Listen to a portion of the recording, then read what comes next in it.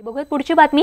समाजवादी पक्षाला आघाडीने एक जागा द्यावी अशी मागणी अबू आझमी यांनी केली आहे। तर ही मागणी मान्य न झाल्यास महाराष्ट्रात किमान 10 लोकसभेच्या जागा लढवणार असल्याची घोषणा समाजवादी पक्षाने केली आहे। काश्मीर सीमा भागात अतिरिक्त 100 कंपनी तैनात करण्याचा आदेश या ठिकाणी देण्यात आलेला आहे। केंद्रीय निमलष्करी दल 45 तर सीमा सुरक्षा दल 35 आणि SSBCB 10 आणि ITBP अशा 10 तुकड्या या ठिकाणी तैनात करण्याचा आदेश देण्यात आलेला आहे। पाकिस्तानने सीमा भागात सैन्य तैनात केल्यानंतर आता भारताने देखील जम्मू काश्मीर भागात सैन्य दल तैनात करण्यासाठीची ही तयारी सुरू केल्याचं आपल्याला बघायला मिळते।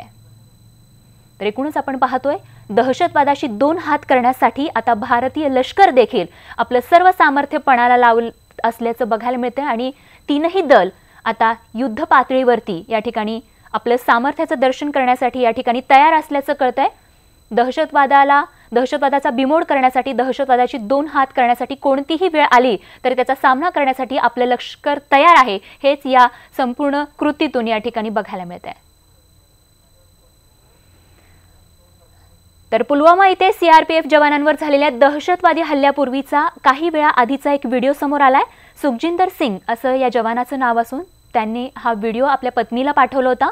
धक्कादायक बाब म्हणजे यानंतर काही वेळानंतरच या बसवर दहशतवाद्यांनी हल्ला केला।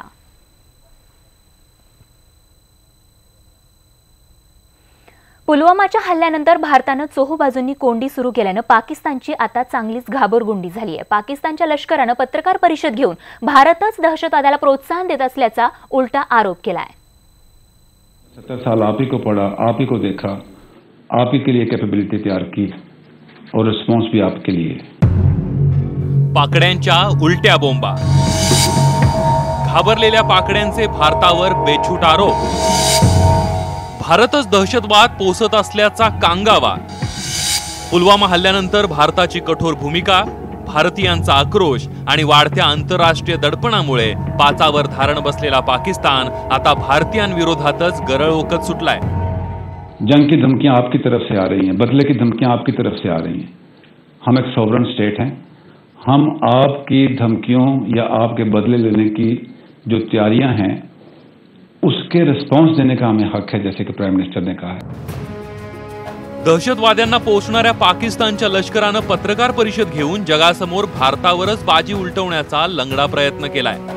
भारतच कसा युद्धखोर आहे, प्रत्येक वेळी पाकिस्तानच्या चर्चेच्या प्रयत्नांना भारतानंच कसा खोडा घातला, पाकिस्तानात महत्त्वाच्या परिषदा असतानाच हल्ले कसे झाले हे जगाला पटवण्याचा खोटारडेपणा केवळ पाकिस्तानच करू शकतो।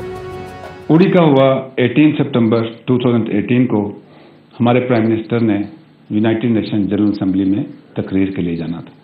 तो ये पैटर्न आपको बताता है कि जब भी पाकिस्तान में कोई इंपॉर्टेंट इवेंट होना हो तो इस किस्म का स्टेज एक्शन होता है। मत भूलिए कि इन 8 इवेंट्स के अलावा इंडिया में आजकल एक इलेक्शन का माहौल चल रहा है और मकबूजा कश्मीर में जो उनकी इंडिजिनस स्ट्रगल है वो इस वक्त पीक पर है और भारत के काबू से बाहर है। नेहमी बंदूक आणि बॉम्बची भाषा करणाऱ्या पाकिस्तानी लष्कराच्या तोंडी आता शांततेची भाषा आली आहे। परस्पर सहकार्य हाच प्रगतीचा मार्ग असल्याच्या तत्वज्ञानाची आता पाकिस्तानला आठवण होतेय। हम वी एक्सपेक्ट कि आप हुकूमत पाकिस्तान की अमन की पेशकश पर जिम्मेदारी से गौर करेंगे और खित्ते की अमन और तरक्की की राह में रुकावट नहीं बनेंगे। पण चर्चेचं सोंग करून पाठीत खंजीर कुपसणं हाच पाकिस्तानचा इतिहास आहे। भारतावर 4 युद्ध लादणाऱ्या, दहशतवाद्यांचा नंगानाच घडवणाऱ्या पाकिस्तानची बोबडी वळल्यानं त्यांनी कांगावा सुरू केलाय। दुसरीकडे आपल्या लष्कराला युद्धासाठी सज्ज राहण्याचे आदेश देऊन आपला दुटप्पीपणा पुन्हा एकदा दाखवून दिलाय। अमनची भाषा करणाऱ्या पाकिस्तानचे हात रक्तरंजित आहेत आणि तीच त्यांची खरी ओळख आहे। Bureau report, news 18 Lokmat.